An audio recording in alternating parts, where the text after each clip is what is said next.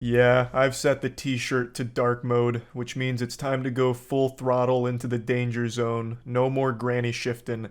We're gonna talk about a controversial topic: Fansly advertisements on Twitch. This is actually a war that I've been drafted into and tossed into the front lines, so I've been catching fire and getting called out, labeled a hypocrite, and morally flexible when it comes to things my friends do that I call others out for. So I kind of want to talk about this entire subject here because I feel that it's just a load of dirty barnacles to call me hypocritical when it comes to Fansly advertisements. So allow me to show you to your table and deliver your entree of drama that you've ordered. So, the situation in a nutshell. A couple weeks ago, there was the Streamer Awards that happened on Twitch. I was unable to attend them in person, so I received permission from QT Cinderella to watch party them. This was a massive event that QT Cinderella put together. And one of the advertisers for it, one of the sponsors, was Fansly. So during the stream, a Fansly advertisement popped up, and this was my reaction to it. A free trial of some of our hottest creators. On top of that, sign in using your Twitch account and see which of your favorite streamers are already creating adult content on Fansly. Fansly has a whole algorithm dedicated to discovering new content and creators through the Fansly For You feature. Swipe and discover today. A very tame giggle as if someone came up and playfully tickled me for a moment.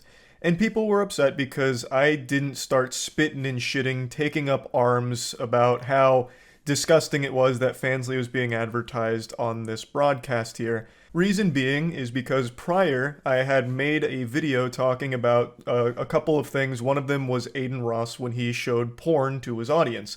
My statement was that Aiden Ross went on Pornhub in front of his audience, which a lot of them are kids, on the younger side of things. So I said that was weird. That was a weird thing to do. So when I giggled during the Fansly segment, it was used as a smoking gun to call out and attack me for being a hypocrite.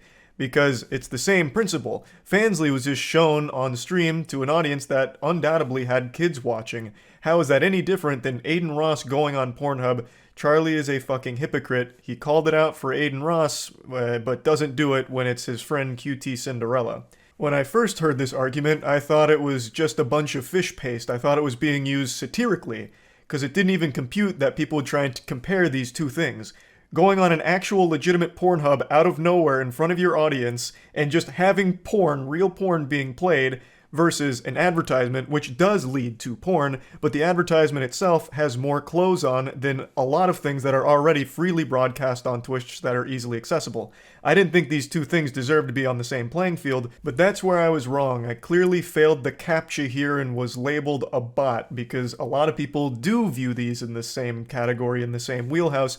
A YouTuber named MewKitty made a whole video on it talking about Twitch streamers and their hypocrisy, a video that I make an appearance in towards the end, and it's exactly what I just talked about, where I said it was weird when Aiden Ross pulled up Pornhub, but I laughed when Fansly was a sponsor of the Streamer Awards.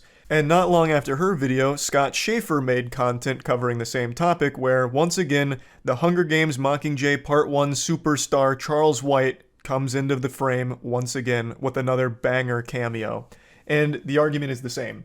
Charlie called it out when Aiden Ross pulled up real porn, but didn't call it out when QT Cinderella advertised porn. And he did it because she's his friend, thus he is a hypocrite. And on stream I talked about this last night, and I'll go ahead and get this out of the way right away.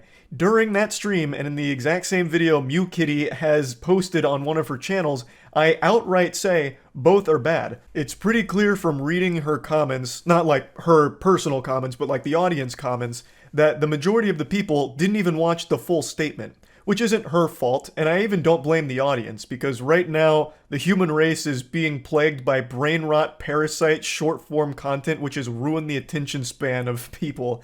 So I don't necessarily find it shocking that they didn't watch all 10 minutes of what I was saying. But in that clip, I outright say both can be bad, but they are not the same to me. Thus, I disagree that it's hypocritical that I made statements about Aiden Ross and the porn thing being really weird, and I didn't make the exact same statements for QT Cinderella's Fansly sponsor. I'll go ahead and prove that it's there right now, real quick, before getting into why I think they're so different, but ultimately both are not a great thing to be advertising to an audience that is undoubtedly going to have children watching. Of course, advertising Fansly, OnlyFans, or anything in front of an audience that has younger children on it, it's always going to be not a great decision. It's one of those things, yeah. Now let's make like an egg and hard boil this subject real quick. So, the difference between Aiden Ross pulling up Pornhub and Cutie Cinderella bringing up a Fansly sponsor is very clear right off rip. If all of you in the classroom right now have your thinking caps on, you'll notice a huge difference. I was able to play the entire Fansly ad as it aired because they are all clothed. You are not getting immediate nudity or pornographic content. It is an advertisement for pornographic content going to the website, yes, but unlike Aiden Ross's moment with real Pornhub just being there, actual fucking full-blown porn, you got pussy, tits, everything all right there immediately, that is not what you got with the Cutie Cinderella Fansly sponsorship. Thus, immediately, those two are already different. Showing the porn to an unsuspecting audience out of fucking nowhere is a lot worse than advertising a service that has porn on it. And that's something Scott Schaefer does touch on in his video. His is more of a deeper look at the subject, and MewKitty's is more memeing with it. I always thought her content was supposed to be silly and over-the-top trolling, but she does seem genuinely upset at me, and I imagine it's because of my statements, and I also did say I'm not the biggest fan of the way she edits her content. I called it Zoomer editing, which sounds mean-spirited when I really didn't mean it to be.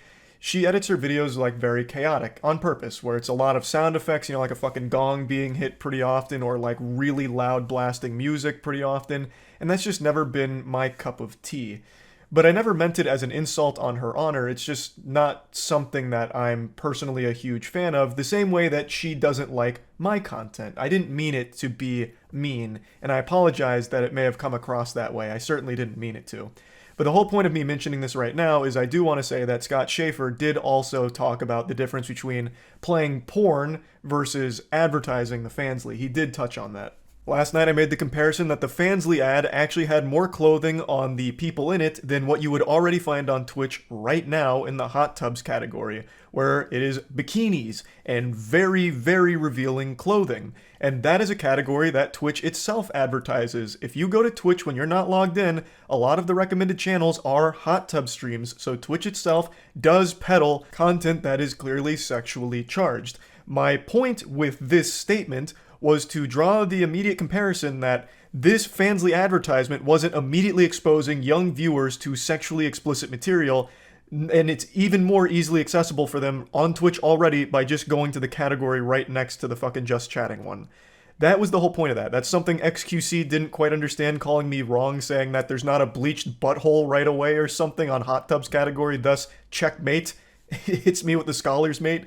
That wasn't my point. My point was the ad itself didn't contain any explicit imagery or anything highly sexual, at least nothing that was worse than what is already currently being advertised on Twitch in that category. And when you go to Fansly, there is still not immediately ass and titties in your face right away. Thus, I didn't think by scanning the QR code people would immediately just be fucking blasted with porn all over the place like Charles Xavier jacking into Cerebro. So I viewed the advertisement very differently than a lot of people because even when you scan the QR code, you still don't immediately get porn. There's already a lot of degrees of separation and a lot of obstacles to go through, as opposed to Aiden Ross, which just pulled up porn as a jump scare during fucking stream, right? It to me, still is very different. I also was under the assumption that Fansly was only accessible to 18 plus after you verified your age. I don't use the platform. I thought you had to verify you were 18 plus in order to even get to the pornographic content. Thus, I thought it was even harder for children to have got porn out of that advertisement if they weren't of age. Not only would they have had to leave the platform to get it, they would then have to verify their age and make an account for it. I thought there was a lot of steps to it, making it very difficult for them. But according to some research now, it actually seems like Fansly is extremely easily accessible for anyone of any age. There's not a whole lot of security to it based on the things I've read, which is knowledge I didn't have last night. So, I made the comparison that the Fansly advertisement reminded me of all of the strip club billboards that are spaced around all of the major interstates. Anytime I go up north to Pennsylvania, there is hundreds of strip clubs being advertised, and on those advertisements, there are women in bikinis and very, very revealing lingerie. And they tell you exactly where to go for the strip club. Well, when you're driving through, there's a good chance a lot of those cars are going to have kids in it and see those advertisements. So I compared Fansly to a strip club billboard because, in principle, if Fansly worked the way I thought it did, where you had to be 18 years or older to enter, it's kind of like a strip club advertisement because a kid could see that, but still couldn't access the content because the strip club would obviously turn them away.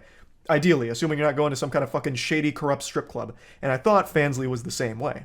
But apparently that's not the case, so that comparison doesn't work anymore. And I recognize that now. And I also made the comparison to the old GoDaddy commercials, which were highly sexualized content that was broadcast during like Super Bowl, during sporting events, where it was things like a girl with huge honkers, her straps like breaking off, and like she's in a courtroom and like judges going hubba hubba hubba, and then like she's trying to say something and the other strap's like wiggling, and then it's like right when it breaks off and about to reveal the giant milkers, it says go to GoDaddy.com to finish it.